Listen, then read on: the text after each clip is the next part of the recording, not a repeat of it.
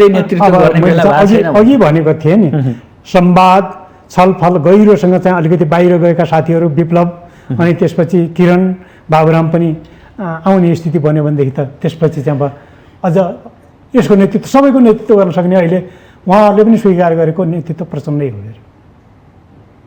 उहाँहरूले पनि स्वीकार गर्नुहुन्छ, अझै पनि गर्नुहुन्छ। यो कुरा लेखेर राख्नुहोस्, यो कुरा लेखेर राख्नुहोस्। एकता भयो भनेदेखि नेतृत्व गर्ने पनि प्रचण्डै हो। उहाँप्रति नै असन्तुष्ट भएर गएको व्यक्ति फेरि उहाँलाई नै स्वीकार गर्नुहुन्छ भनेर कसरी भन्ने हुन्छ? समाज विज्ञानमा सामान्य एउटा खालको चाहिँ अब सम्बन्ध विच्छेद भएन त, लोग्ने स्वास्नी फेरि चाहिँ अब रिहाबिट भएको अथवा पुनर्स्थापित भएको हामीले देख्छौँ भनेदेखि यो राजनीति हो। हजुर, यो राजनीतिमा चाहिँ के हो त भन्नुहुन्छ भनेदेखि अहिले चाहिँ अब नेपालको राजनीतिक समकालीन नेतृत्व समूहमा हेऱ्यो भनेदेखि अहिले चाहिँ अब स्वीकार गर्न सकिने चाहिँ प्रचण्ड बाहेक अर्को छैन। यो उपलब्धिहरूको चाहिँ रक्षा गर्नका निम्ति सबभन्दा बढी चिन्ता छ भने केपी ओलीलाई छ। त्यही भएर त प्रतिगमनको बाटो अपनाउनु भयो नि त, नत्र त गर्नका लागि त उहाँसँग चाहिँ 2/3 यति बलियो सरकार अब इतिहासमा कहिले पाउँछ? कम्युनिस्ट पार्टीले पाउँछ? सम्भव छ? प्रचण्डको सत्ता स्वार्थको कारण भनिन्छ नि त। एउटा सत्ता स्वार्थ होइन, जनताको वर्गको स्वार्थ हो। वर्ग राजनीतिमा वर्गको स्वार्थ लिन पाइन्छ पाइन्न? त्यसैले व्यक्तिगत स्वार्थ लिन पाइँदैन, निजी बन्दोबस्तको स्वार्थ लिन पाइँदैन। त्यो त्याग्ने नै कम्युनिस्ट पार्टीको सच्चा नेता हुन्छ, आदर्शवान नेता हुन्छ। त्यसैले वर्गको स्वार्थ लिन पाइन्छ। कुरा यति हो कि पहिला उहाँहरू चाहिँ आफ्नो स्वविवेकबाट चल्नुहुन्थ्यो। हाम्रो चाहिँ कुनै एउटा चाहिँ निश्चित मार्ग निर्देशक सिद्धान्त थियो, त्यो भनेको मार्क्सवाद लेनिनवाद माओवाद थियो। र त्यसको चाहिँ जो खालको चाहिँ सिद्धान्त सहित आफ्नो स्वविवेकले चल्नुहुन्थ्यो। पछिल्लो पटक अलिकति यहाँले भन्नुभयो नि, कहिले चाहिँ त्यो गलत थियो यसलाई खारेज गर्नुपर्छ भन्ने, कहिले त्यहाँ छैन भन्ने, कहिले के अरे चाहिँ अब त्यहाँ आउन पाउनुपर्छ भन्ने। माओवादी केन्द्र वैधानिक पार्टी नै होइन, यी सबै कुराका पछाडि चाहिँ अब यसो भन्छ नि, गाउँघरमा एउटा खालको त्यो भाषा त अहिले शब्द नै चाहिँ त्यति, आफ्ना बुद्धिको राजा अर्का बुद्धिको कमारो भन्छ नि गाउँघरको। यो लोक उखान त्यहाँ लागु हुन्छ। उहाँ कसैका चाहिँ उसमा लागु गर्नुभयो, एकचोटि एउटाले एउटा भन्छ त्यतैतिर लागिहाल्नुभयो, एउटाले एउटा भन्छ त्यो लागिहाल्नु। अलिकति जनरल खालको चाहिँ प्रिन्सिपल के हुन्छ, यो सम्भव होला कि नहोला भन्ने खालको सोध्नु भएन नि उहाँहरूले। स्मरण होला तपाईँहरूले जसरी जनआन्दोलन सुरु गर्नुभयो, 10 वर्ष जनयुद्ध सुरु भयो, त्यति बेला जति सपना जनतालाई बाँड्नु भएको थियो, जति जनताका झुपडीमा यहाँहरू पुग्नु भएको थियो, तर त्यो आज त तपाईँहरूले अवलम्बन गर्नुभएको छैन नि। चटक्कै छोडेर तपाईँहरू सहर बस्तीमा रमाउँदै हुनुहुन्छ नि। यहाँले भने जस्तो चाहिँ केही हो, अलि बढी नै हो भन्ने कुरा भन्दा म चाहिँ अस्वाभाविक ठान्दिनँ, बढी नै सत्य कुरा हो। तर चाहिँ सबै 100% त्यस्तो भयो भन्ने कुरा म मान्दिनँ।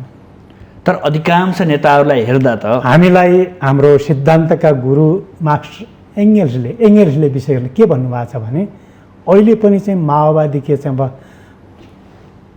माउको खोलिएको अन्डा बिग्रेको अन्डा हो होइन। अहिले पनि माउको अन्डा सल्ला बन्न लागेको अन्डा हो। यसले निश्चित तापक्रम पायो भनेदेखि के हुन्छ, यो अन्डाबाट चल्ला निस्कन सक्छ। म यो दाबी किन गर्न चाहन्छु त भन्दाखेरि हिजो युद्धकालमा चाहिँ यहाँहरूले भने जस्तै किन सबै कुरा सफा ग्राफमा चाहिँ गएको थियो भन्ने कुरा सोच्नुभयो भनेदेखि त्यो गलत हुन्छ। हाम्रा भित्रका त्यहाँ चाहिँ ठुल्ठुला खालका सङ्घर्ष हुन्थे, बैठकबाट त्यसलाई हामीले करेक्सन गर्थ्यौँ। यसमा अलिकति अहिले कमी आएको छ, यो कुरा साँचो कुरा हो। तर त्यति बेला चाहिँ सबै मोर्चा हामीले जितेको अवस्था थिएन नि त।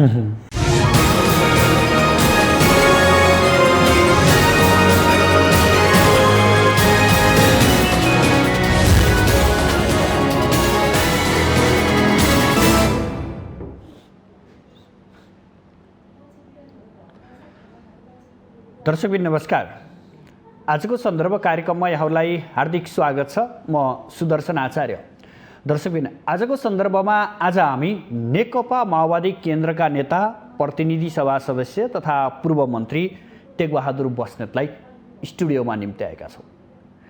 खास गरी पछिल्लो समय 5 दलीय गठबन्धनबाट सरकार बनेको छ र यो सरकारमा माओवादी केन्द्रको पनि हिस्सेदारी छ। यो भन्दै गर्दा करिबन 1 महिनाको समय अवधि पार गर्दै गर्दा अझै पनि मन्त्रीमण्डलले पूर्णता पाउन सकिरहेको छैन।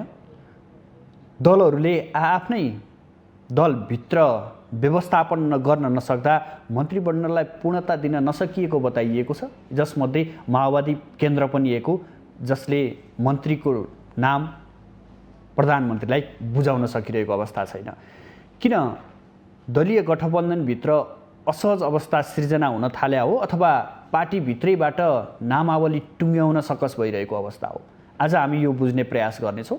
साथसाथै समसामयिक राजनीतिक व्यवस्था, राजनीतिक दलहरूका चरित्र र पात्रका भूमिकाका विषयमा पनि चर्चा गर्नेछौँ र अर्कोतर्फ माओवादी केन्द्रले पार्टीको विधान संशोधन गर्ने प्रक्रियामा अगाडि बढाएको छ र संशोधन गर्ने बुदाहरू आफ्ना कार्यकर्ता नेताहरूलाई अध्ययनको लागि पठाएको भन्ने कुराहरू बाहिर आउँदै गर्दा अब नेकपा माओवादी केन्द्रको कार्यदिशा कस्तो हुन्छ, नेकपा माओवादी केन्द्र अब कसरी अगाडि बढ्दैछ, यो विषय पनि जोड्ने प्रयास गर्नेछौँ। सर्वप्रथम उहाँलाई स्वागत गरौँ।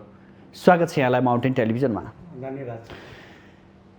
5 दलीय गठबन्धन निकै चुस्त दुरुस्त हुन्छ, अगाडि बढ्छ भन्ने एउटा अपेक्षा थियो। यद्यपि करिबन 1 महिनाको यो समय अवधिलाई हेर्ने हो भने मन्त्रीमण्डलले पूर्णता पाउन सकेन। थप आलोचनाहरू सुरु हुन थाले। कहाँनिर कमजोरी भइरहेछ? ज्यादै महत्त्वपूर्ण प्रश्न उठाउनु भयो। हामीले नेपाली जनताबाट निर्वाचित प्रतिनिधिहरूबाट बनेको चाहिँ संविधान सभाबाट संविधान बनायौँ। त्यसपछि जनता कहाँ चाहिँ म्यान्डेट लिन गयौँ, जनादेश लियौँ, झन्डै 2/3 सरकार बनायौँ। हामी असफल पनि भयौँ। त्यहाँनिर चाहिँ चुक्यौँ। 2/3 सरकार बन्यो भन्ने बित्तिकै हामी एउटा खालको चाहिँ अब मक्ख पर्ने खालको, ढुक्क हुने खालको स्थिति बन्यो। 2/3 सरकार त बन्यो, तर यसले के गर्नुपर्छ, यसका पछाडि के जिम्मेदारी छ? सिँगै नेपाली कम्युनिस्ट आन्दोलन र नेपालको राजनैतिक आन्दोलनका करिब 70 वर्ष बित्दाखेरि के कमी कमजोरी भयो, कसरी जानुपर्छ, के सङ्कल्प गर्नुपर्छ, यो नगरेपछि के हुन्छ, जनताले के गर्छन् भन्ने कुरा त्यति ध्यान पुर्याउन नसकेको अवस्थाको परिणाम हो आजको। त्यसरी 2/3 सरकार बनेको सरकारले त गर्न सकेन र चाहिँ आफ्नो 2/3 सम्हाल्न पनि सकेन, पार्टी सम्हाल्न पनि सकेन र त अहिले प्रतिगमनको बाटो अवलम्बन गर्न पुग्यो त्यो नेतृत्वको सरकारले र बल्ल बल्ल त्यो प्रतिगमनका विरुद्ध जित हासिल गर्ने काम भयो। एउटा सफलता हामीले प्राप्त गर्यौँ भन्नुभएको छ। सानो कोर्स जोड्ने कुरा मात्रै होइन, यो धेरै ठुलो उपलब्धि होइन, यो कुनै ठुलो फड्को पनि होइन, यो ठुलो कुनै क्रान्ति पनि होइन। क्रान्ति त संविधान सभाबाट संविधान बन्नु र त्यसबाट 2/3 सरकार बन्नु लगभग झन्डै क्रान्ति थियो। तर यो कोर्स अहिले त कोर्स मात्रै जोडिएको कुरा हो, सानो उपलब्धि हो। यो अवस्थामा धेरै ठुलो अपेक्षा मैले गरेको थिएन र नेपाली जनताले गरेका थिएनन्। मात्र यो जो उपलब्धि थियो त्यो उपलब्धिको रक्षा भयो भन्ने कुरा मात्रै हो। त्यसैले यो कोर्स जोडियो, यो सिलसिला जोडियो, क्रम जोडियो र त्यति मात्रै हो। र यो क्रम र सिलसिला जोडिसकेपछि पनि ध्यान दिनुपर्ने कुरा अलिकति केही गम्भीरतापूर्वक होइन, प्रतिगमन नै यति छिटै किन भयो भन्ने खालको अलिकति केही बनाउन नसक्नु, केही ढिलाइ हुनु, केही टाइम लाग्नु, त्यसैको परिणाम हो जस्तो लाग्छ। त्यसैले यसबाट धेरै अलि जनताले अपेक्षा बढी गरे पनि हुनसक्छ, तर धेरै बढी अपेक्षा गर्ने विषय होइन यो। यसलाई अलिकति चाहिँ हिजोको प्रतिगमन का विरुद्ध जसरी चाहिँ हामीले जित हासिल गऱ्यौँ, उपलब्धि हासिल गऱ्यौँ, यसलाई सामान्य स्वभावबाट सम्भव छैन। अलि बृहत खालको, अलि ठुलो खालको सङ्कल्प नगर्ने हो भनेदेखि हामी के गर्न सक्दैनौँ त भन्दाखेरि त्यो त्याग्न सक्दैनौँ। त्यहाँदेखि चित्र यसो सिन हेर्दाखेरि त्यतातिर जान पुग्छ। त्यसरी चाहिँ अब विषय सामान्य छैन, विषय ज्यादै गम्भीर छ। अझै पनि राष्ट्रिय राजनीति परिस्थिति भन्ने हो भने तरल छ, अझै ठोस भइसकेको छैन।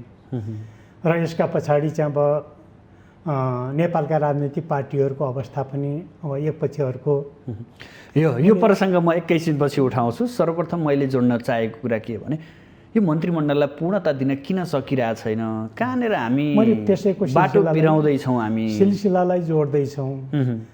त्यहीँनिर हो कि अलिकति एकचोटि हाम्रो अध्यक्षले पनि जो खालको कुरा गर्नुभयो होइन, पार्टी केन्द्रीय कार्यालयमा जो खालको नरबहादुर कर्मचारीको स्मृति दिवसका सिलसिलामा अप्ठ्याराहरू केही रहछन् भन्ने कुरा पनि सबैले देख्ने अवस्थासम्म आइपुग्यो। त्यसैले चाहिँ अब एकातिर नेकपा एमालेको चाहिँ एकता प्रक्रिया कहाँसम्म गएर चाहिँ टुङ्गिने हो, कहाँसम्म गएर चाहिँ अब ठोक्किने हो भन्ने कुराको अझै टुङ्गो लागिसकेको छैन। अर्कोतिर भित्र पनि केही अलिकति चाहिँ अब इतिहासबाट सिक्ने, केही सबक लिने र देश बनाउने इच्छा शक्तिको कमी हो भन्ने मेरो ठहर छ। तपाईँहरूले प्रतिगमनलाई परास्त गरियो, कुनै मानेमा हामी सफल भइयो भन्दै गर्दा अब सही ट्र्याकमा लैजानको लागि त अलि चुस्त भएर अगाडि बढ्नुपर्ने होइन र भने क्या? बिल्कुल चुस्त भन्ने शब्द प्रयोग गर्नुभयो।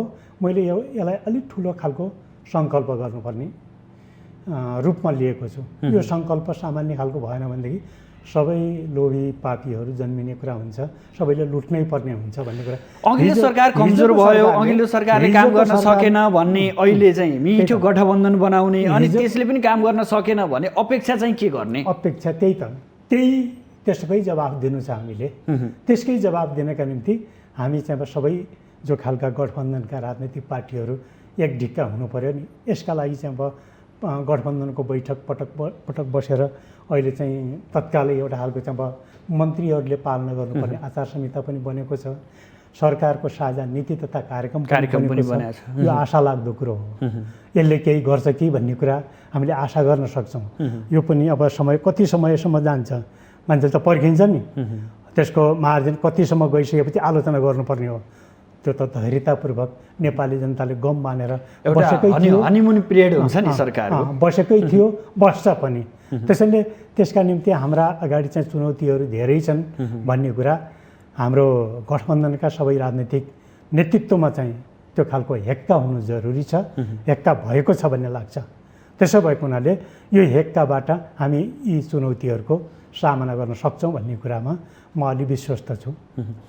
अनि माओवादी केन्द्रभित्र कसरी छलफल चलिरहेछ? मन्त्री मण्डलमा जाने कुराहरू, को नेताहरू जाँदै हुनुहुन्छ, कसरी समावेश गर्दै हुनुहुन्छ? यहाँहरूले छलफल त भइरहेको छ नि। पार्टीको स्थायी समितिको बैठक बसिरहेको छ, पटक छलफल भइरहेको छ। त्यो खालको चाहिँ मापदण्ड बनाएर अगाडि जाने र सामान्यतः पार्टीप्रति आकर्षण बढाउने र हिजो नभएका कतिपय चाहिँ उच्च स्तरका नेताहरू पनि हुनुहुन्छ, उहाँहरूलाई पठाएर सबै प्रदेशको प्रतिनिधित्व हुने गरी त्यसैमा चाहिँ दलित, महिला अनि विभिन्न खालका अरू समुदाय, मुस्लिम, थारू लगायतका सबै चाहिँ सम्मिलित हुने गर्न पठाउने गर्न त्यो तयारी हुँदैछ। योग्यतालाई प्राथमिकता दिने अथवा जो यसभन्दा पहिला मन्त्री जान पाएको छैन, मन्त्री पद खानु पाएको छैन, त्यसलाई प्राथमिकता दिने? यहाँले भनेको प्रश्न पनि एकदम हेक्का राख्नुपर्ने कुरा हो। किनभनेदेखि देश बनाउनु छ, प्रतिगमनका विरुद्ध हामीले चाहिँ अब किन विजय हासिल गऱ्यौँ, किन प्रतिगमन थियो, त्यसको जवाब दिनु छ। अनि त्यसको जवाब दिन सकिएन भनेदेखि त अनि भोलि प्रश्न उठाउँछ नि जनताले, त्यही ठिक थियो, यसो गर्ने हो भनेदेखि त, काम चलाउने हो भने, दिन धकेल्ने हो भने बरु त्यही सरकार, अघिल्लै सरकार ठिक थियो भन्ला नि। त्यो त्यसैले त्यो नभन्ने गरिकन मन्त्रीहरू पठाउने कुरामा एउटा कार्यदक्षता र क्षमता, अर्को अलिकति समानुपातिक समावेशीको व्यवस्था जो खालको गरेका छौँ नि, अलिकति त्यो खालको चाहिँ अब मान्छेले चाहिँ अब भेकिए प्रतिनिधित्व पनि भयो, प्रादेशिक प्रतिनिधित्व पनि भयो, क्षमतावान व्यक्ति पनि आयो, क्षमतावान व्यक्तित्व पनि आयो र त्यो खालको सामुदायिक प्रतिनिधित्व, महिला, दलित, विभिन्न खालका समुदायहरूको प्रतिनिधित्व भयो भन्ने भयो भने एउटा खालको चाहिँ जनताबाट चाहिँ राम्रो खालको सहानुभूति पनि हुन्छ र त्यसपछि कतिपय पहिल्यै भएका चाहिँ त्यस्ता खालका दक्षता र क्षमताहरू कतिपय तल जनताबाट पाइने खालका स्याबासी र त्यो खालका चाहिँ धन्यवाद सहानुभूतिका चाहिँ अब हाम्रा खालका सहानुभूतिहरूले पनि दक्षता त हासिल गर्ने कुरा पनि त हुन्छ। इच्छा शक्ति भए पनि हासिल गर्न सकिन्छ दक्षता त। तर इच्छा शक्ति भनेको के हो त भन्दाखेरि मैले देशका लागि केही गर्नुपर्छ, लोभ गर्न हुँदैन। लोभ गरेर बिग्रियो भन्ने खालको हेक्का राख्यो भनेदेखि त्यसले क्षमता हासिल गर्न सक्छ। मेरो निकै प्रतिस्पर्धा चल्या छ पार्टीभित्र मन्त्रीका लागि भन्ने कुरा छ नि। अब तपाईँहरू पनि सांसद पद हो, सांसद जितेर आउनुभएको व्यक्तिहरू हो, कतै कतै मन्त्री बन्नौला भन्ने तपाईँहरूमा पनि एउटा आकाङ्क्षा होला। के चलिरहेछ भित्र? सामान्यतः चाहिँ जनताबाट निर्वाचित भइसकेपछि सरकारमा गएर केही गरौँला भन्ने चाहना राख्नु अस्वाभाविक कुरा पनि होइन, त्यसको हकदार पनि हो।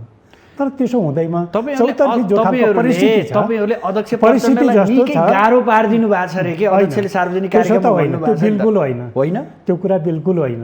अब बेउटा भावावेगमा आएर चाहिँ के भन्नुभयो त्यस्तो खालको अवस्था पनि छ। हाम्रो पार्टी अध्यक्षको घर परिवार पनि त्यस्तो खालको छ, ठुल्ठुला खालका त्यस्ता भनौँ प्रेसर थ्याक्न सक्ने मान्छे हो, अझै पनि हुनुहुन्छ, हामीलाई त्यो विश्वास छ।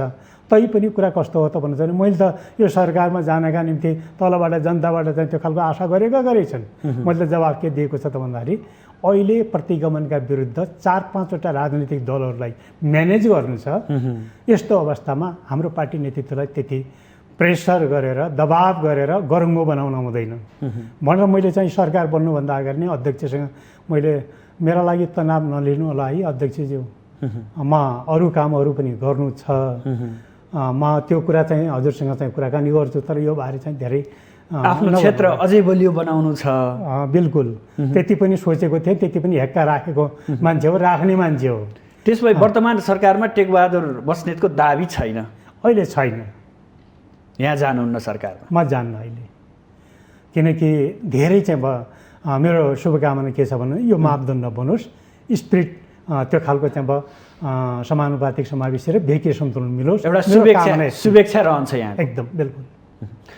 यो भन्दै गर्दा 5 दलीय गठबन्धन जसमा कङ्ग्रेसले नेतृत्व गरिरहेको छ र जनता समाजवादी पार्टी र नेकपा एमालेको माधव नेपाल पक्ष एउटा, उनीहरू पनि सरकारमा जाने भन्ने कुरा छ। माधव नेपाल समूहले अझै निर्णय गर्न सकिरहेको छैन, यो कारणले पनि कतै ढिला भएको हो यो मन्त्री? केही कारण हो, त्यो तपसिलको हो, त्यो मुख्य कारण बन्दैन होइन। मुख्य कारण के त? मुख्य कारण चाहिँ अब पहिलो कुरा सरकारको नीति तथा साझा कार्यक्रम ल्याउने तयारी गर्ने नै कार्यदल लागिरहेको थियो। त्यसैले चाहिँ केही मापदण्ड बनाउनु पनि थियो। त्यसो भएको के हो त भन्दाखेरि केही ढिलाइ भएको हो। करिब चाहिँ महिना दिन गएको छ।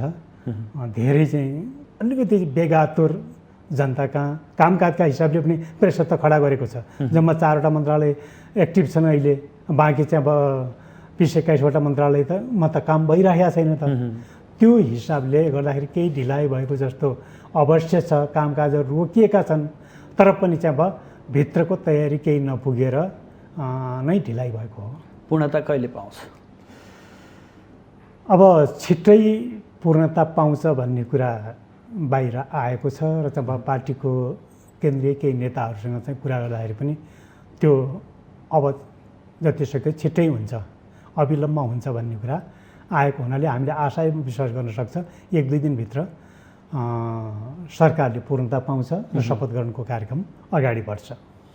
अनि यो गठबन्धन कहिलेसम्म जान्छ? एउटा अर्को आम जनताले जिज्ञासा राखेको प्रश्न पनि एउटा छ, यो गठबन्धन कहिलेसम्म जान्छ? यिनीहरूले गठबन्धनबाट के गर्न खोजे हुन् भन्ने कुरा पनि छ नि। गठबन्धन गरेर पहिलो कुरा चाहिँ प्रतिगमनका विरुद्ध विजय हासिल गर्नु थियो र यो भत्किएको ट्र्याकमा ल्याउनु थियो र जोड्नु थियो, त्यसको सिलसिला जोड्नु थियो, क्रम जोड्नु थियो। त्यो जोड्ने काम भयो, एउटा सफलता त्यो भयो। त्यो काम गरेर चाहिँ पूर्णता हुन्छ र? त्यो काम गरेर मात्रै त हुँदैन त। जनतालाई चाहिँ विश्वासमा लिनका निम्ति पुरानो चाहिँ 2/3को सरकारभन्दा के मानेमा यो सरकार चाहिँ भर गर्ने, विश्वास गर्ने र यो सरकारको प्रति आशा गर्ने भन्ने कुरा जनताको त हुन्छ नि। त्यो जवाब दिनु छ। त्यसो भएको के हो त भन्नुहुन्छ भने यो सरकार टिकाउनु, संविधानको कार्यान्वयन गर्नु, ऐन कानुन बनाउनु र विकास निर्माणका कामहरू गर्नु, यसो काम गर्दै अब गठबन्धनको बिचका चाहिँ साँच्चीकै चाहिँ गठबन्धन का लागि चाहिँ कहाँसम्म चाहिँ हामीले चाहिँ अब त्यो खालको गठबन्धन कायम गर्न सक्छौँ। अब खासै आधिकारिक रूपमा कुरा नभए पनि आउने निर्वाचनसम्मका लागि यो गठबन्धन कायम रहन्छ भन्ने पार्टी अध्यक्ष लगायत नेतृत्वगणको चाहिँ यदागदा आएको हुनाले त्यो कहाँसम्म जान्छ यो कोर्स चाहिँ यसै भन्न सकिने स्थिति त रहेन। तर अध्यक्षले त्यो भने हुनाले त्यहाँसम्म जान्छ, आगामी निर्वाचनसम्म जान्छ भन्ने एउटा अपेक्षा चाहिँ छ। एकदम एउटा अपेक्षा हाम्रो बिचमा पनि रहेको छ। अर्को कुरा नि माओवादी केन्द्रलाई के भनिन्छ भने कहिले कङ्ग्रेससँग मिल्छ, कहिले एमालेसँग मिल्छ, अवसर खोजिरहेछ, आफू एक्लै जनतामा जान सकिरहेको अवस्था छैन पछिल्लो केही वर्ष यता भनेर तपाईँहरूलाई आरोप पनि लाग्ने गरेको छ एउटा।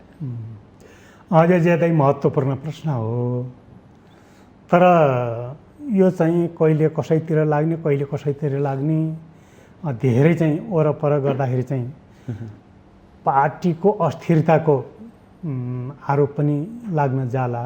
तर कुरा कस्तो हो त भने उपलब्धिको रक्षाका निम्ति कुनै पार्टी विशेषको होइन, व्यक्ति विशेषको रक्षाका निम्ति होइन, उपलब्धिको रक्षा, गणतन्त्रको, संविधानको, सङ्घीयताको, धर्मनिरपेक्षताको र राज्यका सबै तहमा समानुपातिक समावेशी प्रतिनिधित्वको व्यवस्था त रगत बगाएर आएको हो, पसिना बगाएर आएको हो। यसको रक्षाका निम्ति हामीले चाहिँ अब गऱ्यौँ, गर्छौँ। यो राजनीतिक धर्म हो जस्तो लाग्छ। त्यत्तिकै संविधान सभाबाट संविधान बनेको थिएन। जसरी तपाईँहरू संविधान सभाको पहिलो निर्वाचनमा जति बलियो भएर आउनुभएको थियो, बलियो शक्तिको रूपमा उदय हुनुभएको थियो, तर अहिले त निकै कमजोर अवस्थामा हुनुहुन्छ नि, यो मानेमा पनि मैले सोध्न चाहेको। यो कुरा गर्नुभयो, यो देखिएको बुझिएको सबैले जानेको कुरा भयो। तैपनि यस्तो किन भयो, तपाईँ कतातिर जाँदै हुनुहुन्छ, तपाईँको पार्टी कतातिर जाँदैछ भनेर यहाँले प्रश्न उठाउन जुन ढङ्गले खोज्नुभयो। ठुलो पार्टी भएर हामीले गणतन्त्र ल्यायौँ पहिलो संविधान सभामा, तर चाहिँ संविधान बनाउन सकेनौँ। तर चाहिँ 70 को दोस्रो संविधान सभामा हामी सानो थियौँ तर संविधान जारी गऱ्यौँ। संविधान जारी गर्नका निम्ति यी एजेन्डाहरू जे छन् त्यसको नेतृत्व हामीले प्रत्यक्ष वा परोक्ष रूपमा हामीले गरेका, धेरै कम्प्रोमाइज पनि गर्यौँ। एकदम बिल्कुल। त्यसो भइसकेपछि ठुलो हुनु र सानो हुनाले केही मात्रामा गुणमा फरक पर्दैन भन्ने म त्यो जिकिर गर्न सक्दिनँ। तर पनि के हो त भन्दाखेरि विषयवस्तु र त्यो खालका एजेन्डाहरूको निम्ति हामीले जो खालको चाहिँ अब इच्छा शक्ति पहिलो संविधान सभामा गरिएका कमजोरीहरू भएका कमजोरीहरू त हामीले मसक्क लाएर चाहिँ अब आत्मसात गऱ्यौँ र त्यसैको परिणाम हो नि कमजोर भएर पनि संविधान सभाबाट संविधान जारी गऱ्यौँ नि। सिद्धान्त मात्रै बलियो भएर हुँदैन रहेछ क्या। राष्ट्रिय जनमोर्चा पनि छ, आफ्नै सिद्धान्त बोकेर हिँडिरहेछ, अन्य साना दलहरू पनि छन्, आफ्नै सिद्धान्त बोकेर हिँडिरहेछन्। तर जनताले देख्ने भनेको त सङ्ख्यात्मक गुणात्मक रूपमा कति छ, यिनीहरूको पावर कति छ, यिनीहरू सत्तामा छन् कि छैनन् भन्ने कुरा जनताले देख्ने त त्यो हो नि। मात्रा हेर्छ जनताले, यहाँले गरेको कुरा साँचो कुरा हो। हामीलाई अलिकति यतातिर चाहिँ अरू साना राजनीतिक दलहरू जो सिद्धान्त बोकेर बसेका छन् तिनीतिर तुलना गर्ने स्थिति छैन। अरू ठुला राजनीतिक दलहरू नआउला भन्न पनि त सकिएन नि। तिनी ठुला राजनीतिक दलहरूसँग पनि तुलना हुँदैन हाम्रो। हाम्रो पार्टी अलिकति भिन्न पहिचान भएको पार्टी छ। यद्यपि चाहिँ अब कता जाला भन्ने खालको प्रश्न त जनताले पनि गरेका छन्, यहाँले पनि गर्नुभयो। तर एजेन्डा यो वा त्यो रूपमा अहिले चाहिँ अब माओवादीले रण गरेका चाहिँ एजेन्डाहरूमा त देश चल्याछ नि। यसमा डेभलप गर्नुपर्छ, यहाँको चिन्ता चासो हो भनेदेखि त्यो कुरा ठिक छ र हामीले पनि चिन्ता चासो गर्नै पर्छ। त्यसैमा सन्तुष्टि लिएर चाहिँ बस्ने स्थिति रहँदैन कि हाम्रा अगाडि चाहिँ गलपासो छ, विकास गर्छौँ, अगाडि बढ्छौँ र हामीले चाहिँ अब यो मात्रा पनि बढाउँछौँ, जनता कहाँ पनि जान्छौँ कि त सिद्धिन्छौँ। राजनीतिमा हुने कुरा त यही त हो। त्यसमा हामीलाई आशा पनि विश्वास छ कहिलेकाहीँ चाहिँ लडाइँमा चाहिँ कमान्डर कमजोर पनि हुन्छ, हार्छ पनि, तर त्यो हारेको कमान्डर फेरि जित्दैन भन्ने खालको राजनीति हुँदैन, जित्छ पक्कै पनि। यहाँलाई स्मरण होला, तपाईँहरूले जसरी जनआन्दोलन सुरु गर्नुभयो, 10 वर्ष जनयुद्ध सुरु भयो, त्यति बेला जति सपना जनतालाई बाँड्नु भएको थियो, जति जनताका झुपडीमा यहाँहरू पुग्नु भएको थियो, तर त्यो आज त तपाईँहरूले अवलम्बन गर्नुभएको छैन नि। चटक्कै छोडेर तपाईँहरू सहर बस्तीमा रमाउँदै हुनुहुन्छ नि। यहाँले भने जस्तो चाहिँ केही हो, अलि बढी नै हो भन्ने कुरा भन्दा म चाहिँ अस्वाभाविक ठान्दिनँ, बढी नै सत्य कुरा हो। तर चाहिँ सबै 100% त्यस्तो भयो भन्ने कुरा म मान्दिनँ। तर अधिकांश नेताहरूलाई हेर्दा त हामीलाई हाम्रो सिद्धान्तका गुरु मार्क्स एङ्गेल्सले विषयले के भन्नुभएको छ भने अहिले पनि चाहिँ माओवादी के चाहिँ अब माउको खोलिएको अन्डा, बिग्रेको अन्डा हो होइन। अहिले पनि माउको अन्डा चल्ला बन्न लागेको अन्डा हो। यसले निश्चित तापक्रम पायो भनेदेखि के हुन्छ, यो अन्डाबाट चल्ला निस्कन सक्छ। म यो दाबी किन गर्न चाहन्छु त भन्दाखेरि हिजो युद्धकालमा चाहिँ यहाँहरूले भने जस्तै किन सबै कुरा सफा ग्राफमा चाहिँ गएको थियो भन्ने कुरा सोच्नुभयो भनेदेखि त्यो गलत हुन्छ। हाम्रा भित्रका त्यहाँ चाहिँ ठुल्ठुला खालका सङ्घर्ष हुन्थे। बैठकबाट त्यसलाई हामीले करेक्सन गर्थ्यौँ। यसमा अलिकति अहिले कमी आएको छ, यो कुरा साँचो कुरा हो। तर त्यति बेला चाहिँ सबै मोर्चा हामीले जितेको अवस्था थिएन नि त। कतिपय मोर्चा त हामीले हार्थ्यौँ पनि। तर हार्दै हार्दै जित्ने अवस्थामा, जित्दै जित्दै हार्ने अवस्थामा हामी पुग्थ्यौँ। यो ग्राफको तिक्त अनुभूति छ हाम्रो पार्टी हेडक्वार्टर, हाम्रो पार्टी नेतृत्वलाई, मलाई र दर्जनौँ त्यस्ता खालका फौजी मोर्चाहरूमा सहभागी भएको सदस्यको नाताले पनि मलाई पनि त्यो तिक्त अनुभूति छ। त्यसैले यो ग्राफ यस्तो यस्तो भएरै आयो। हामी यो ढङ्गले चाहिँ अगाडि बढ्छौँ। हामीलाई चाहिँ के भएको छ त भन्दाखेरि पार्टी किन कमजोर भयो, हामी जनता कहाँ जान छोड्यौँ भन्ने कुरा महसुसभरि भएकै छ। यसले चाहिँ नयाँ पार्टी निर्माणका लागि राम्रो आधारशिला तयार पारेको छ। एउटा जागिर पेसा छोडेर पूर्णकालीन माओवादीको सदस्य बनेको टेकबहादुर, त्यतिखेर जनतालाई जुन आशा बाँड्दै हिँडेको थियो ती आशा पुरा भए जस्तो लाग्छ आजको दिन सम्झिँदा? होइन, 100% आशाहरू, 100% लक्ष्यहरू, उद्देश्यहरू सामान्यतः रुलमा के हुँदैन त भन्दा पुरा कसैका हुँदैनन्। हाम्रा पनि भएका छैनन्। हामी त्यो खालको चाहिँ कोरसम्म चाहिँ अगाडि बढेका छौँ।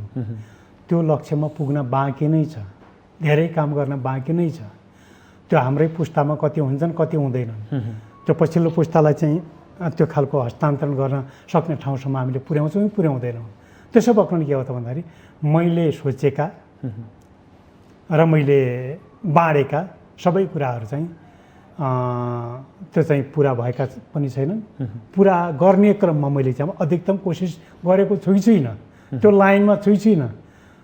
जनताले हेर्ने कुरा त्यो हो र मेरो पुस्ताले हेर्ने कुरा, मेरा शुभचिन्तक समर्थकले हेर्ने कुरा र मेरो पार्टी हेडक्वार्टरले आकलन गर्ने, अनुगमन गर्ने, मूल्याङ्कन गर्ने, मेरो चाहिँ कतातिर गइरहेछ भन्ने कुरा हेर्ने कुरा त्यही हो। मैले यसरी सोध्न चाहेको कि तपाईँहरू त्यति बेलाका शीर्ष नेताहरू आज छिन्न भिन्न अवस्थामा हुनुहुन्छ। डाक्टर बाबुराम भट्टराई एउटा लाइनमा समातेर हिँड्नु भएको छ, मोहन वैद्यजीहरू अर्को लाइनमा हुनुहुन्छ, विप्लवजीहरू अर्को लाइनमा हुनुहुन्छ, अन्य नेताहरू पनि आफ्नो लाइनमा हिँड्नु भएको छ। त्यतिखेरका तपाईँहरूका ती सिद्धान्त, ती विचारहरू आजको सन्दर्भमा नमिल्या हुन् र नेताहरू यसरी फरक फरक बाटोमा हिँडिरहनु भएको छ। यो कुरा पनि चाहिँ अब सोचनीय र विचारणीय छ। यो अहिले चाहिँ त्यो कुरा महसुस गरेर नै होला पछिल्लो पटक हाम्रो पार्टी अध्यक्ष लगायत यहाँले भने जस्तै मोहन वैद्य किरण, नेत्र विक्रमचन्द्र विप्लव र चाहिँ डाक्टर बाबुराम भट्टराईको बिचमा एकदम गहिरो चाहिँ त्यो खालको संवाद भइरहेको छ, वार्ता भइरहेको छ। हामी कहाँ चुक्यौँ, कहाँ जान पर्ने हो, हामी जानुपर्ने त्यो आफ्नो ढङ्गले हो कि होइन, र यो कोर्सलाई सच्याउन सकिन्छ सकिन्न भनेर चाहिँ त्यो खालको चाहिँ संवाद छलफल चलेको हुनाले बाटो बिराएको हो कि समय परिस्थितिले त्यतातर्फ डोर्याएको? यो बाटो बिराएको नै अहिले नै नभनौँ।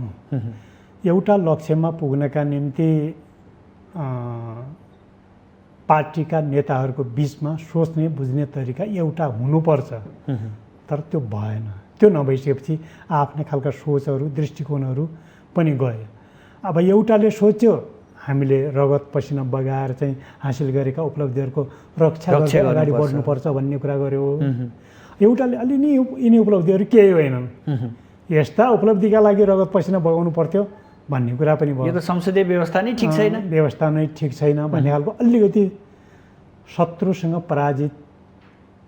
शत्रुलाई पराजित गर्नका निम्ति, त्यसका विरुद्ध जित हासिल गर्नका निम्ति त उसँग नजिक गएर लड्ने तरिका पनि त छ। टाढाबाट पनि जित हासिल गर्न सकिन्छ, तर धेरैजसो उसको सबै कुरा बुझेर नजिकबाट जित हासिल गर्न पनि त सकिन्छ। तर तरिका जे होस्, खैर मूल कुरा के हो त भन्दाखेरि हामीले रगत पसिना बगाएर हासिल गरेका उपलब्धिहरूको रक्षा जरुर गर्नुपर्छ र त्यसबाट मात्रै अगाडि बढ्ने बाटो अहिले त्यहीँनिर छ नि। यो वा त्यो रूपमा संसारभरिका सबै विरोधीहरूले त अहिले विप्लवमाथि हमला गरेका छैन नि, बाबुरामाथि हमला गरेका छैन नि, किरणमाथि हमला गरेका छैन नि, अर्को कोहीमाथि हमला गरेका छैन नि, प्रचण्डमाथि हमला भएको छ। त्यसैले यो सबै चाहिँ भयो केन्द्र भनेको चाहिँ को मान्छे बाहिर गयो, को मान्छे भित्र गयो, हिसाब किताब सबैले गरेका छ।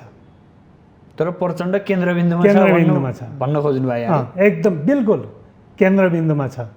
त्यो हिसाबले प्रचण्डका केही सीमाहरू कमजोरीहरू छन्, रहन्छन्, यो जनरल रुल हो। तर पनि चाहिँ केन्द्रमा हुनुको नाताले अहिलेको यो नेतृत्व ठिक ठाउँमा छ भन्ने कुरा हामीले बुझ्नुपर्ने हुन्छ। यहाँ त प्रचण्ड नै असफल भन्ने कुरा आएको होइन त, प्रचण्डले नै पार्टीलाई यो अवस्थासम्म पुर्याउनु प्रचण्डकै भूमिका छ। उहाँले आफू नेतृत्व पनि नछोड्ने, आफ्ना विचारहरू मात्रै लान्ने गर्दाखेरि अन्य साथीहरू केही कुरा आफ्नो बाटो लाग्नु भयो भने होइन त। केही कुरा गर्न बाँकी छ, त्यो एउटा कुरा हो। तर पनि चाहिँ के हो त, मैले जो खालको एउटा सशक्त खालको चाहिँ तर्क दिएँ नि, यसको तर्कको खण्डन त कसैले गर्न सक्दैन कि।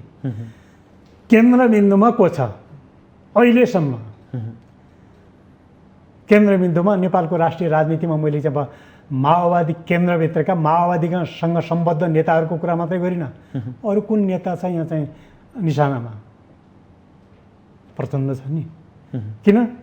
यी चाहिँ एजेन्डाहरू यस्ता एजेन्डा हुन् जसले चाहिँ अब हाम्रा चाहिँ विरोधीहरूलाई, प्रतिक्रियावादीहरूलाई चाहिँ एकदम एउटा खालको दिमाग खलबल्याएको छ नि, तनावमा पारेको छ नि। तर अस्थिर राजनीति गर्ने नेताको रूपमा प्रचण्डलाई चित्रण गर्न थालिएको छ। मान्छेको विशेषता त हुन्छ नि त, काम गर्ने आफ्नो खालको तरिका हुन्छ, शैली हुन्छ, त्यसलाई त्यो भन्न सकिन्छ। त्यसलाई चाहिँ अब अस्थिर पनि भन्न सकिन्छ, त्यसलाई डाइनामिक पनि भन्न सकिन्छ। उसो भए राजनीति समग्र अहिलेको राजनीतिको मियो भनेको प्रचण्ड हो भन्न खोज्नु भयो। यो कुरा कसैले दाबी गर्न सक्दैन, यसको खण्डन पनि कसैले गर्न सक्दैन। कसरी भनिदिनुहोस् न, यो पनि प्रश्न पारिदिनुहोस् न। यसको जवाब त मैले दिइसकेँ। ओली सरकारलाई ढाल्यो भन्दैमा प्रचण्ड त्यो कुरा बिल्कुल। हिजो ओली सरकार चाहिँ भयो, त्यो खालको चाहिँ नेतृत्वमा हुनुहुन्थ्यो, 2/3 सरकार थियो, पार्टीको अध्यक्ष हुनुहुन्थ्यो तापनि चाहिँ अब निशानामा को थियो? निशानामा को थियो? प्रचण्ड हुनुहुन्थ्यो। बिल्कुल। मैले चाहिँ अहिलेको त्यसलाई चाहिँ ढाल्दैमा चाहिँ त्यो खालको अध्यक्ष प्रचण्डले चाहिँ जनयुद्धको नेतृत्व गर्नुभयो। 10 वर्ष निरन्तर रूपमा अहिलेको चाहिँ विश्वमा समाजवादी मुलुक भन्ने खोजेर पाइँदैन। यो अवस्थामा चाहिँ जनयुद्धको हतियार उठाएर चाहिँ त्यो खालको 10 वर्ष टिकाउने भन्ने कुरा सामान्य कुरा थिएन। धेरैले भन्दै थिए यो 3 महिना टिक्दैन, 6 महिना टिक्दैन, सबका आकलनहरू चाहिँ रेकर्डेड हुनुपर्छ सायद। तर 10 वर्ष टिक्यो। तर एउटा बिन्दु आयो जहाँ हामीले सम्झौता गर्न बाध्य भयौँ। बिल्कुल। त्यसैले के हो त भने हामी जुन खालको मैदानबाट आयौँ, हाम्रा एजेन्डा लिएर आयौँ। त्यसैले जनयुद्धको नेतृत्व गर्नु, संविधान सभाको नेतृत्व गर्नु, संविधान निर्माणको नेतृत्व गर्नु, संविधान कार्यान्वयनको नेतृत्व गर्ने ठाउँमा प्रचण्डै निशानामा छ त, अरू को निशाना छ? यो उपलब्धिहरूको चाहिँ रक्षा गर्नका निम्ति सबभन्दा बढी चिन्ता छ भने केपी ओलीलाई छ। त्यही भएर त प्रतिगमनको बाटो अपनाउनु भयो नि त। नत्र चाहिँ गर्नका लागि त उहाँसँग चाहिँ 2/3 यति बलियो सरकार अब इतिहासमा कहिले पाउँछ? कम्युनिस्ट पार्टीले पाउँछ? सम्भव छ? प्रचण्डको सत्ता स्वार्थको कारण भनिन्छ नि त एउटा। सत्ता स्वार्थ होइन, जनताको वर्गको स्वार्थ हो। वर्ग राजनीतिमा वर्गको स्वार्थ लिन पाइन्छ पाइन्न? त्यसैले व्यक्तिगत स्वार्थ लिन पाइँदैन, निजी बन्दोबस्तको स्वार्थ लिन पाइँदैन। त्यो त्याग्ने नै कम्युनिस्ट पार्टीको सच्चा नेता हुन्छ, आदर्शवान नेता हुन्छ। त्यसैले वर्गको स्वार्थ लिन पाइन्छ, समुदायको स्वार्थ लिन पाइन्छ र निश्चित समूहको चाहिँ स्वार्थ लिन पाइन्छ। म सल्यान जनताको चाहिँ स्वार्थ लिन नपाउने हुन्छ? म त्यसको हकदार हो नि। मैले निजी रूपमा चाहिँ आफ्नो बन्दोबस्त गरेँ भनेदेखि त्यो स्वार्थ लिन पाइँदैन। त्यसमा त्यो हमला हुन्छ, त्यसमा त्यो आक्रमण हुन्छ।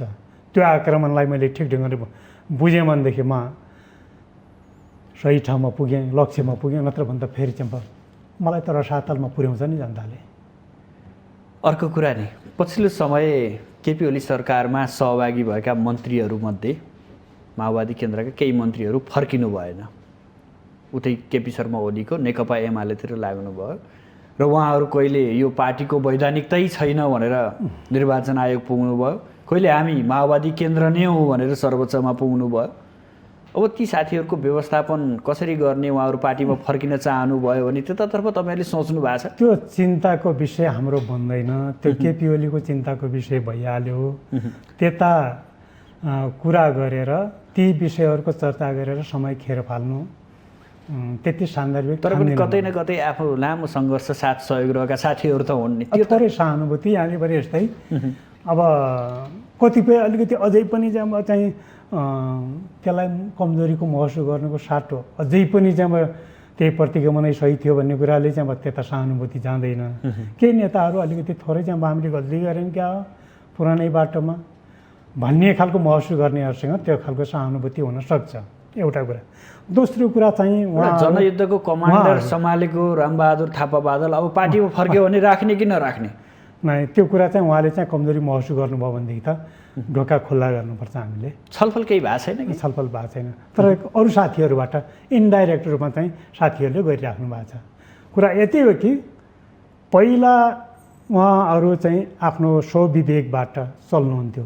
हाम्रो चाहिँ कुनै एउटा चाहिँ निश्चित मार्ग निर्देशक सिद्धान्त थियो, त्यो भनेको मार्क्सवाद, लेनिनवाद, माओवाद थियो। र त्यसको चाहिँ जो खालको चाहिँ सिद्धान्त सहित आफ्नो स्वविवेकले चल्नुहुन्थ्यो। पछिल्लो पटक अलिकति जो यहाँले भन्नुभयो नि, कहिले चाहिँ त्यो गलत थियो यसलाई खारेज गर्नुपर्छ भन्ने, कहिले त्यहाँ छैन भन्ने, कहिले के अरे चाहिँ त्यहाँ आउन पाउनुपर्छ भन्ने। माओवादी केन्द्र वैधानिक पार्टी नै होइन भनेर पार्टी होइन। यी सबै कुराका पछाडि चाहिँ यसो भन्छ नि गाउँघरमा एउटा खालको त्यो भाषा त अहिले शब्द नै चाहिँ त्यति आफ्ना बुद्धिको राजा अर्का बुद्धिको कमारो भन्छ नि गाउँघरको। यो लोक उखान त्यहाँ लागु हुन्छ। उहाँ कसैका चाहिँ उसमा लागु गर्नुभयो, एकचोटि एउटाले एउटा भन्छ त्यतैतिर लागिहाल्नुभयो, एउटाले एउटा भन्छ त्यो लागिहाल्नु। अलिकति जनरल खालको चाहिँ प्रिन्सिपल के हुन्छ, यो सम्भव होला कि नहोला भन्ने खालको सोध्नु भएन नि उहाँहरूले। त्यसो भने के हो त भन्नुहुन्छ भनेदेखि ठिक भए पनि बेठिक भए पनि हाम्रो शरीर नै चाहिँ काफी छ कि हामीले चाहिँ जुन खाद्य वस्तुहरू चाहिँ मुखबाट हाल्छौँ, कति ग्रहण गर्न लायकको हो, कति एक्सेप्ट गर्न लायकको हो, कति ग्रहण गर्ने, कति फाल्ने भन्ने कुरा त शरीरले चाहिँ लागु गर्छ, पालना गर्छ भनेदेखि हामी थोरै चाहिँ सेतो पदार्थ भएका मान्छे त्यति सोच्नु पर्थ्यो भन्ने मेरो त्यो खालको चाहिँ उहाँहरूप्रतिको बुझाइ हो। तर यहाँ आउनलाई अलिकति त्यति ढोका थुनेर बस्नुपर्छ भन्ने हामीलाई लाग्दैन।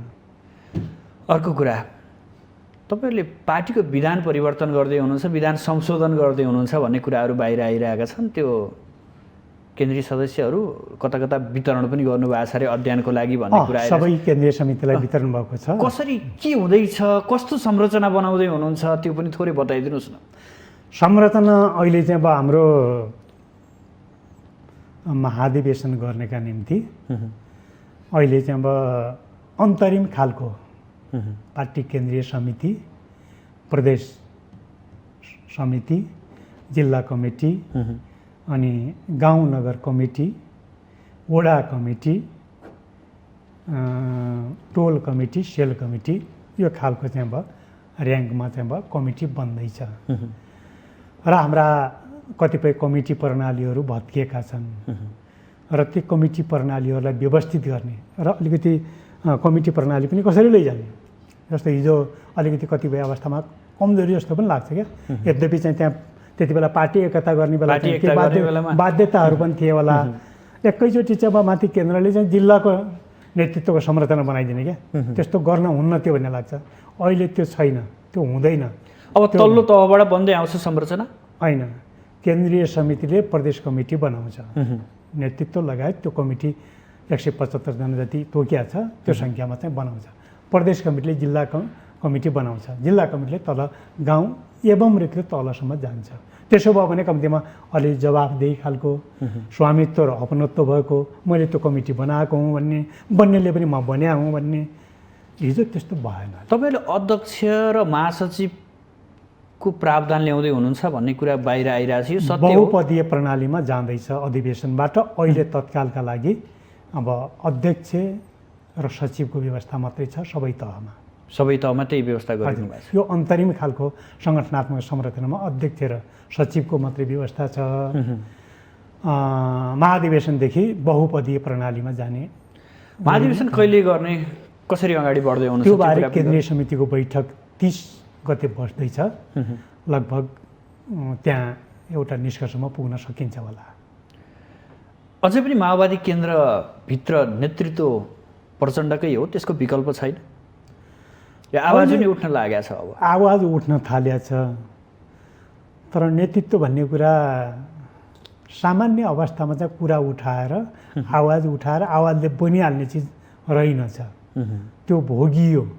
त्यो नेपालको राजनीतिक इतिहासमा मात्रै होइन, कम्युनिस्ट पार्टीको नेपालको इतिहासमा मात्रै होइन, विश्व राजनीतिक इतिहास हेर्नुभयो भने विश्वको चाहिँ त्यो खालको चाहिँ कम्युनिस्ट आन्दोलनको इतिहास हेऱ्यो भनेदेखि हामीले राम्रोसँग देख्न सक्छौँ, बुझ्न सक्छौँ। त्यसैले सामान्य अझै केही समय प्रचण्डकै नेतृत्वमा हुन्छ भन्ने आशय व्यक्त गर्नुभयो। एकदम त्यो खालको इच्छा शक्ति, त्यो खालको डाइनामिक, त्यो खालको मोबिलाइजेसन, त्यो खालको लिडिङ गर्न सक्ने क्षमता अहिले चाहिँ अब तुरन्तै अर्को पुस्तामा देखिँदैन। हुनसक्छ यहाँले प्रश्न उठाउनु खोज्नु भएको आशय के व्यक्त नगरे पनि अलिकति चाहिँ अर्को उत्तराधिकारी नभएपछि कुनै नभएको कि भन्ने जस्तो पनि देखियो। त्यसैले के हो त भन्नुहुन्छ भनेदेखि त्यो हुनसक्छ, तर पनि नेतृत्व चाहिँ भनेको नेतृत्व हो। त्यसैले अहिले चाहिँ अब उत्तराधिकारी बन्छु भनेर, मैले नेतृत्व बन्छु भनेर मेरा समकक्षीहरूले स्वीकार गरिदिनु पऱ्यो नि। त्यो बेला अझै आइसकेको छैन। अर्को यो मान्छे चाहिँ म उत्तराधिकारी बन्छु भन्यो भने मैले चाहिँ यसलाई स्वीकार गरिदिनु पऱ्यो नि। त्यो त सम्भवमा देख्दिनँ। त्यसैले चाहिँ अब धेरै हुनुहुन्छ, कृष्णबहादुर महरा हुनुहुन्छ, देवप्रसाद गुरुङ हुनुहुन्छ, हरिपुर गदुरेल हुनुहुन्छ, वर्षमान पुन मगर हुनुहुन्छ, अनि जनार्दन शर्मा हुनुहुन्छ, अरू एवं रीतिले यो खालको श्रृङ्खला अघि भनेको थिएँ नि। संवाद छलफल गहिरोसँग चाहिँ अलिकति बाहिर गएका साथीहरू विप्लव अनि त्यसपछि किरण बाबुराम पनि आउने स्थिति बन्यो भनेदेखि त त्यसपछि चाहिँ अब अझ यसको नेतृत्व सबैको नेतृत्व गर्न सक्ने अहिले उहाँहरूले पनि स्वीकार गरेको नेतृत्व प्रचण्डै हो। उहाँहरूले पनि स्वीकार गर्नुहुन्छ, अझै पनि गर्नुहुन्छ। यो कुरा लेखेर राख्नुहोस्, यो कुरा लेखेर राख्नुहोस्। एकता भयो भनेदेखि नेतृत्व गर्ने पनि प्रचण्डै हो। उहाँप्रति नै असन्तुष्ट भएर गएको व्यक्ति फेरि उहाँलाई नै स्वीकार गर्नुहुन्छ भनेर कसरी भन्दै हुन्छ? समाज विज्ञानमा सामान्य एउटा खालको चाहिँ अब सम्बन्ध विच्छेद भएन त, लोग्ने स्वास्नी फेरि चाहिँ अब रिहाबिट भएको अथवा पुनर्स्थापित भएको हामीले देख्छौँ भनेदेखि यो राजनीति हो। हजुर, यो राजनीतिमा चाहिँ के हो त भन्नुहुन्छ भनेदेखि अहिले चाहिँ अब नेपालको राजनीतिक समकालीन नेतृत्व समूहमा हेऱ्यो भनेदेखि अहिले चाहिँ अब स्वीकार गर्न सकिने चाहिँ प्रचण्ड बाहेक अर्को छैन। अर्को अलिक यो पछिल्लो समय निकै चर्चामा आएको विषय भूमि समस्या समाधान सम्बन्धी आयोग वर्तमान सरकारले खारेज गर्यो। यसमा माओवादी केन्द्रले त्यतिखेरदेखि नै आवाज उठाउँदै आएको थियो, भूमिहीन दलित सुकुम्बासीहरूलाई हामी जग्गा प्रदान गर्छौँ, भूमि प्रदान गर्नुपर्छ, उहाँहरूले पनि जोत्न पाउने अधिकार उहाँहरूको पनि छ भनेर आवाज उठाउँदै आएको माओवादी केन्द्र यही आयोग खारेज गर्न चाहिँ लागि पर्यो भनेर एउटा किसिमको गुनासो तपाईँहरूप्रति आइरहेछ। होइन, यो पहिला जुन उद्देश्यले चाहिँ अब सकारात्मक उद्देश्यले चाहिँ आयोगको गठन भयो, तर त्यो चाहिँ आयोगको उद्देश्यसँग त्यसले चाहिँ म्याच खाएन र त्यो संवैधानिक कानुनी हिसाबले पनि त्यति चाहिँ अब कानुन सम्मत पनि रहेन। र पछि त्यहाँ लुजनेसहरू क्रमशः तल चाहिँ नियमावली बनाउँदै परिचालन गर्दै जाँदाखेरि त्यो अघिल्लो पटकका चाहिँ गठित आयोगहरूको जस्तै रूप अलिकति चाहिँ अब सुकुम्बासीहरूलाई, वास्तविक सुकुम्बासीहरूलाई वास्तविक त्यो खालको चाहिँ अब भूमिहीनहरूलाई चाहिँ दिने भन्दा पनि अलिकति उच्च वर्गका कुलीन वर्गकातिर जान थाल्यो र त्यो चाहिँ उपलब्धिभन्दा अलिकति खर्च बढी हुन थाल्यो। त्यस्तो खालको चाहिँ बिना उपादेयताको आयोग कायम राखिरहनु जायज हुन्थ्यो र त्यो गन्ध तपाईँहरूलाई आयो अनि खारेज गरे हो, तपाईँहरूले साथ दिए हो। अब आयोग चाहिँ गठन हुन्छ, तर आयोग यसले चाहिँ विगतका चाहिँ शिक्षाहरूलाई लिएर चाहिँ अगाडि बढ्न सकेन भने फेरि चाहिँ धेरै पटक बन्यो क्या, कहिले समाधान भयो र नेपालमा भनिदिनुहोस् न, कहिले भयो? दुखी गरिब त्यही त भने मैले, त्यही त भने विगतका चाहिँ जो खालका कमजोरीहरू थिए, लुजनेसहरू थिए, ती सच्याउनुको सट्टा अझ भद्दा बन्दै गयो। अनि वास्तविक सुकुम्बासी र वास्तविक चाहिँ जग्गाहीनहरूले, भूमिहीनहरूले जग्गा पाएनन्। अनि किन चाहिँ त्यो आयोगको खाँचो पर्यो? अब पनि त्यही हो, त्यस्तै आयोग बन्ने हो भने किन आयोग बन्नु पर्यो?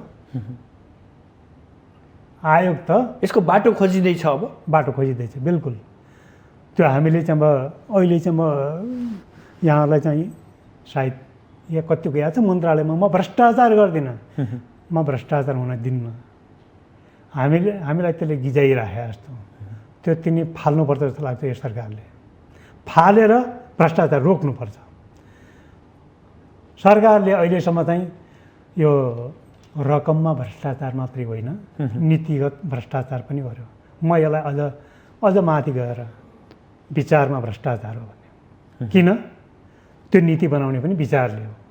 यहाँ त सामान्य प्रशासन मन्त्री भएको थोरै अनुभव पनि छ यहाँलाई, के देख्नुहुन्छ त्यो मन्त्रालयगत रूपमा कर्मचारी? छोटो अवधिमा धेरै चाहिँ मैले बुझ्न पाएन। मैले चाहिँ गरेको आत्मसन्तुष्टि मिलेको चाहिँ 84 दिनमा मन्त्री भइसकेपछि कर्मचारी समायोजन विधेयक छोटो अवधिमा ल्याउन सकियो, पारित गरियो। त्यो मैले आत्मसन्तुष्टि एउटा खालको सफलता ठानेको छु। भर्खरै चाहिँ स्थानीय तह चाहिँ प्रदेश सरकार बन्दै थियो, कर्मचारीको अभाव थियो। 1800-2000 कर्मचारी चाहिँ एकदम ताकेता गर्न पठाउन सकेकोमा त्यति बेला चाहिँ कर्मचारीहरूसँग मैले केही तिक्त मनमुटाव पनि भयो, ताता र मामा पनि भयो। तर चाहिँ जस्तो भए पनि कामका लागि मैले चाहिँ ठिक गरे हुनाले कर्मचारीहरू आँट भयो भने गर्न सकिन्छ भन्ने एउटा उदाहरणको रूपमा त्यतिखेर तपाईँको प्रशंसा पनि गरिएको केही सम्बन्ध अलिकति चाहिँ मन्त्रालयको चाहिँ अनुभूति भयो। त्यही 3टा कुरा आउनु हजुर मैले गरेको त्यति बेला। त्यहाँदेखि यही खालको इच्छा शक्तिसहित हामीले चाहिँ अबका कामहरू, यही आयोग गठन गर्ने सम्बन्धी लगायत अरू कामहरू पनि गर्नुपर्छ कि नत्र भने चाहिँ अब हामीले केपी ओली सरकार किन विघटन के अरे चाहिँ अब किन त्यसले चाहिँ प्रतिगमनको बाटो समात्यो र त्यसको ठाउँमा नयाँ सरकार किन गठन गऱ्यौँ भन्ने खालको यसको जवाब दिनुपर्छ भन्ने लाग्छ। हस् टेकबहादुरज्यू, यहाँसम्म आइदिनु भयो, आफ्नो महत्त्वपूर्ण विचार र महत्त्वपूर्ण समय उपलब्ध गराइदिनु भयो, यसका लागि यहाँप्रति विशेष आभार। यहाँले पनि जनताको बिचमा चाहिँ आफ्नो कुरा राख्ने मौका दिनुभयो, म यसका निम्ति विशेष धन्यवाद दिन चाहन्छु। धन्यवाद। आदरणीय दर्शकबिन, आज हामी सरकारको सत्ता साझेदार पार्टी माओवादी केन्द्र कसरी अगाडि बढ्दैछ, सत्ता सहकार्यका पाटाहरू के छन् र माओवादीभित्र मन्त्री पठाउनेहरूको नाम कहिले टुङ्गो लाग्छ लगायत पार्टीभित्रका विविध गतिविधिहरू र समसामयिक राजनीति विषयमा जोडिएर हामी प्रसङ्ग गऱ्यौँ। भोलि नयाँ विषयवस्तु र नयाँ अतिथिका साथ उपस्थित हुनेछौँ। आजलाई भने बिदा दिनुहोस्। नमस्कार।